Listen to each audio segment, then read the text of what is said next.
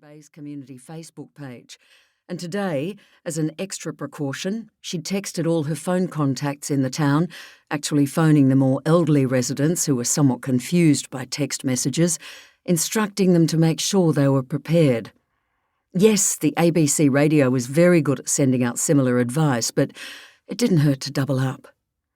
Don't forget to pack a bag with medical supplies, a change of clothes, a radio with batteries, insurance documents and USBs with anything else important.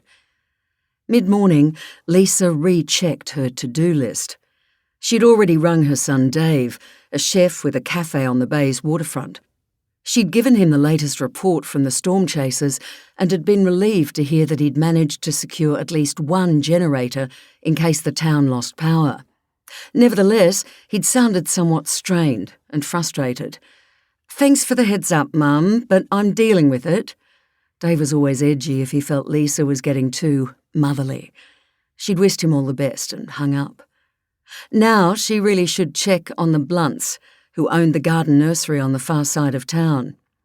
The large yard surrounding their nursery store was always filled with rows and rows of potted plants, and these palms and shrubs, herbs and fruit trees wouldn't merely be destroyed by a cyclone, they could become dangerous missiles if they weren't moved someplace secure. Melody Blunt sounded tired when she answered the phone. "Jim and I have been up since dawn trying to shift the pots." She gave a small attempt to laugh. Only the reckless would set up a plant nursery in a cyclone-prone area. "Don't you have any extra help?" "Not so far.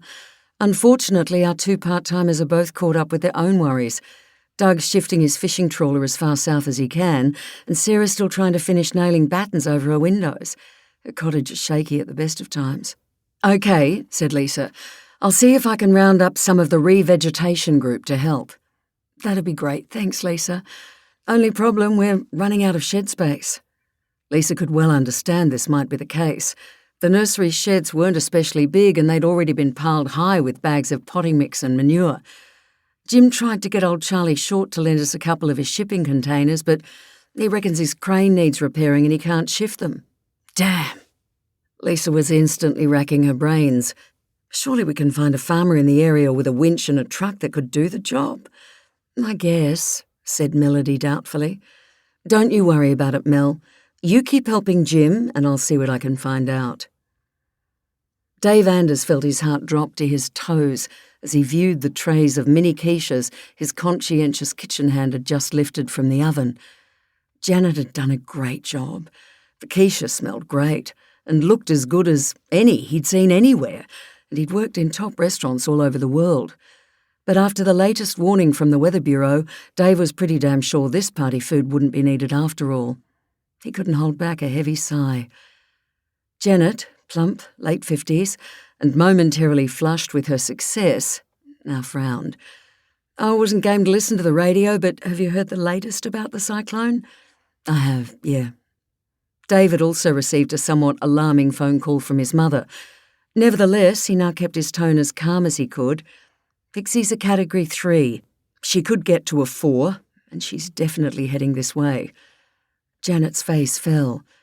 There was little need for further comment. They both knew what this meant.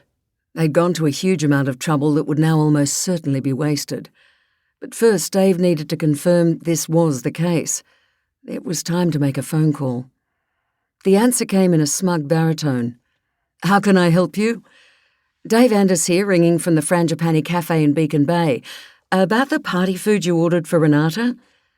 Renata Ramsey was an operatic superstar based in Sydney who also happened to own a very attractive holiday house in the Bay. This weekend, to celebrate her 50th birthday, she'd been planning to bring a tribe of her celebrity friends north for a massive party. Motels had been booked, cars hired, and Dave Anders was the official caterer. "Ah, yes." The voice on the other end of the phone managed to sound excessively apologetic. "Sorry, Dave, you were next on my list of the folk I needed to call.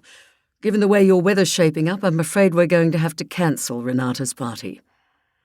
Dave had been braced for this news, but it still sent a sickening shudder through him. It wasn't just the pile of food going to waste or the money he was bound to lose. He'd lined up several of the local high school kids to be waiters, and they'd been looking forward to earning good.